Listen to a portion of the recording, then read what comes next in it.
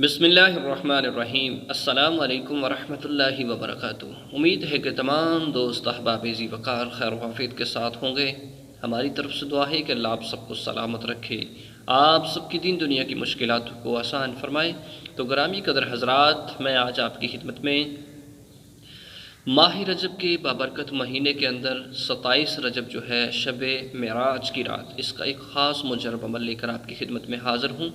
تو ضرور آپ اس ویڈیو کو پورا دیکھیے گا اور اس کے ساتھ وظیفے کو اپنائیے گا اور وظیفہ کیجیے گا۔ انشاءاللہ پورے کا پورا سال اللہ کی رحمتوں کا نزول آپ پر رہے گا۔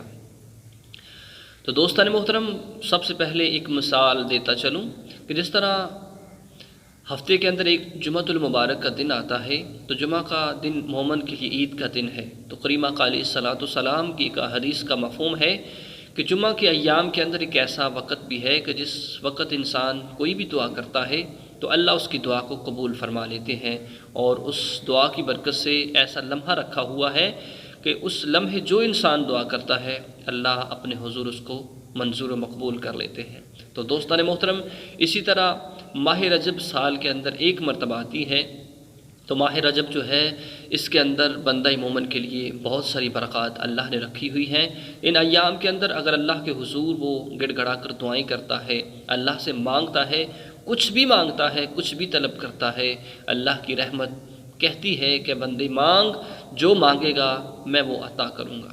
تو دوستان محترم، 27 رجب کی رات، اس رات کے اندر پیارے آقا صلی اللہ علیہ وسلم کو معراج ہوئی، تو اللہ رب العزت نے بے پناہ رحمتوں کے ساتھ اپنے محبوب کو نوازا، آپ کی امت کو نوازا۔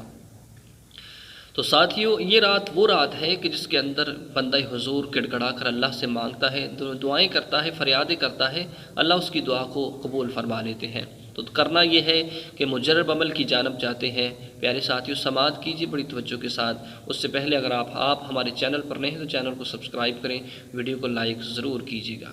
تو پیارے ساتھیو، کرنا یہ ہے کہ کوشش کیجیے کہ اس رات غسل کیجیے۔ غسل کیسے کرنا ہے کہ غسل کے اندر 7 پتے، جو بیری جس کے اندر اوپر بیر لگتے ہیں، اس کے 7 پتے لیجئے اور ایک بالٹی یا کسی چیز کے اندر پانی ڈال کر اس کے اندر پتے ڈالیے اور پانی کو نیم گرم کر کے اس کے ساتھ غسل کیجئے، اور اس کے بعد اللہ کے حضور تو نوافل ادا کریں۔ نوافل ادا کر لینے کے بعد پیارے ساتھیو، آپ نے کرنا یہ ہے کہ کثرت کے ساتھ حضور علیہ الصلوۃ والسلام پر درود پاک پڑھنا ہے۔ جب آپ کا درود مکمل ہو جائے تو اس کے بعد آپ نے اللہ کے حضور سورہ رحمان کی 1 مرتبہ تلاوت کرنی ہے، اور سورہ یاسین کی 3 مرتبہ تلاوت۔ سورہ یاسین کی جب آپ 3 مرتبہ تلاوت کر لیجئے، اور اس کے بعد آپ نے سورہ کوثر 30ویں پارے کے اندر جو ایک سورہ مبارکہ ہے اس کی 101 مرتبہ تلاوت فرما کر اللہ کے حضور دعا کرنی ہے۔ جو بھی آپ دعا مانگیں گے اللہ اس کو اپنے دربار میں منظور و مقبول فرمائیں گے۔